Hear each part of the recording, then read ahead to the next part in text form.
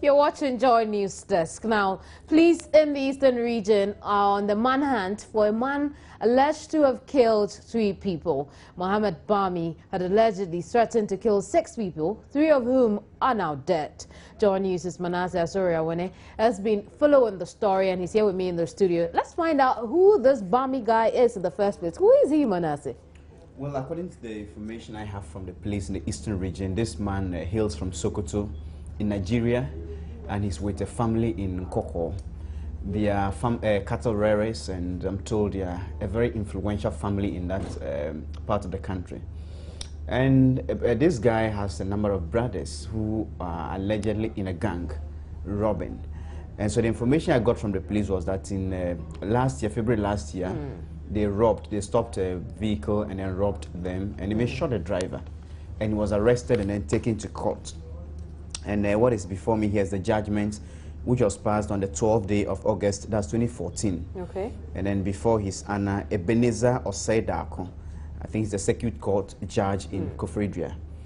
And when this man was acquitted and discharged, and if you go through the judgment, some of the reasons the judge gave are that one, the identification parade organized by the police was a sham.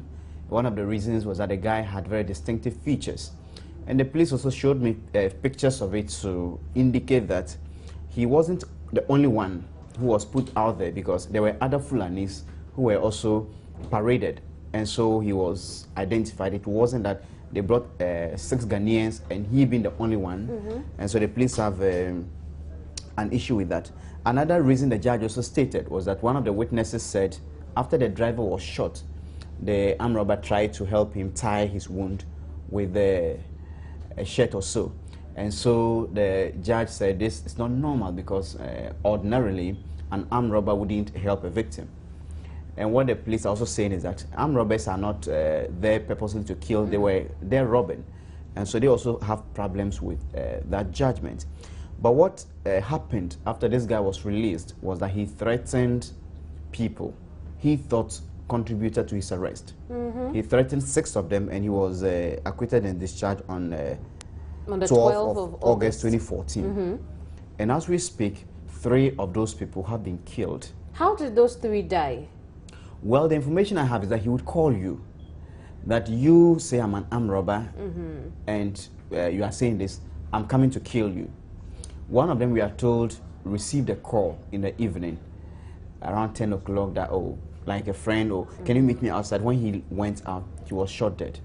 Another one, we also told, was sleeping when this guy and his gang broke into his room.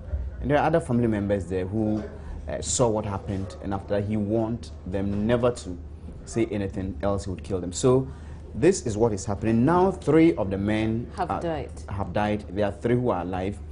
On Friday, I was with them in a secret location around Koko, and what they are saying is that, one, they are so terrified, and they are also afraid to report to the police, because they claim the police in Nkoko have been compromised.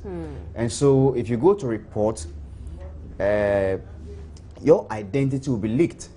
And since this man threatened 6 people, he's killed 3, everyone is now afraid to even go and report when they have leads leading to his arrest. But as we speak, the Eastern Regional Police have put a booty of, I think, 5,000 Ghana cedis. That if you give information leading to his arrest, you'll be given 5,000 Ghana cedis. But the people are saying, we don't trust the police, we don't trust the judiciary, and so going forward to volunteer information is even a problem now. Indeed, because I'm wondering if you can't trust the police, who's going to save your behind if this Barmi guy comes after you. So right now, the police has no idea what Barmi could be.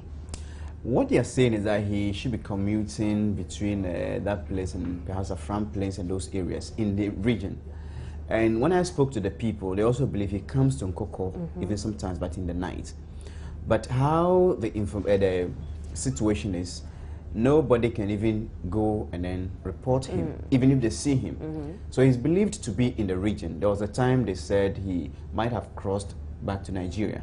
And even the police said before they moved here to Ghana in around 2005 or so, there were issues about crimes back in Nigeria, his home state. He had some criminal records there even before he moved with the family here. And the police say they believe when he's moving, he doesn't move alone, but he moves within the cattle. Maybe if the head of cattle is being driven around, he'll be in the middle, and so he cannot be spotted.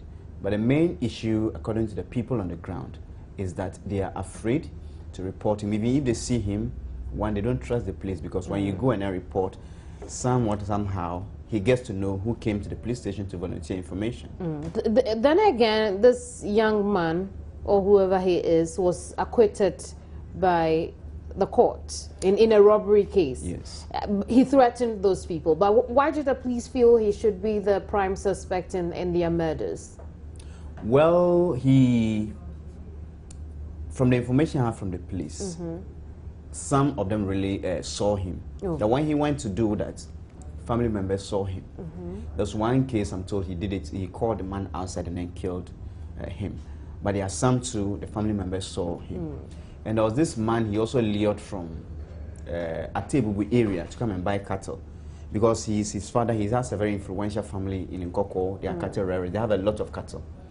So the man brought a lot of money, and he promised meeting him at the beer bar. So when they met, he stabbed the man several times and took the money and ran away. Fortunately, that man survived. He's currently in the hospital. But I'm told he's so injured that he cannot even take food through the stomach. There are some tubes that are connected. So he's not someone they don't know. If you go to Nkoko, if you speak to some of the Fulanis and people who he's threatening, they know. And one of them even recorded a conversation, one of his guys, gang members, called. When I looked at their phones, they are restricted numbers. One, the last time I checked, it was about 16 times he called.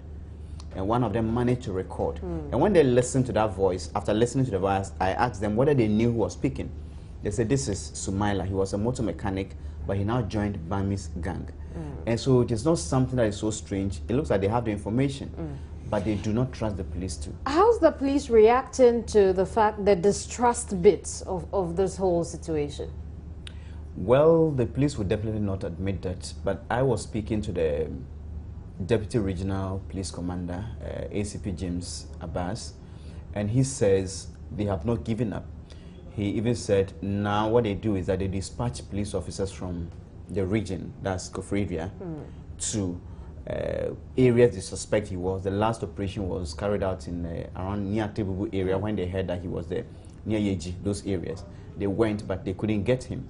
So the police say they have not given up, but the difficulty now, and ACP Abbas has admitted that the difficulty is getting people to cooperate. And he said that people are so frightened, but the people too are saying no. It is because we don't trust the police. The 6 persons, how are they connected to the robbery case that went to court? Well, when the man was after the robbery, they ran away. But through investigation, the police later on got them arrested. And one of them actually told him, met him after he stabbed this man, and it is not that it's a secret, you see. It's like this Johnson Combian case that people in Napanduri then knew how he was operating. Indeed. But the difficulty was who would come out and then report him. Which means the police didn't provide any protection for these 6 persons? That is what they are saying. And one of them even told me that those that died, when they were threatened, some of them went ahead and reported to the police, yet they died anyway. So it is a very difficult case, and the police are finding it very difficult to get this man, but they haven't given up. Indeed. We'll leave it here for now. Thank you very much, Manasseh Azuri Awone has been following this beat where Mohammed Barmi is believed to have killed 6 persons after he was acquitted of a robbery charge. Now, Gadangbe concerned citizens have called on former Education Minister Osafo Mafu at a press confab in Bukum to apologize for his alleged ethnocentric comments. The group condemned the said comments, describing it as not only divisive, but an affront to Ghanaians. My colleague Felix Akoyam is there at the press confab. He's joined me over the telephone with some more detail. Hello, Felix. Hello, Camille. What more can you share from this press confab?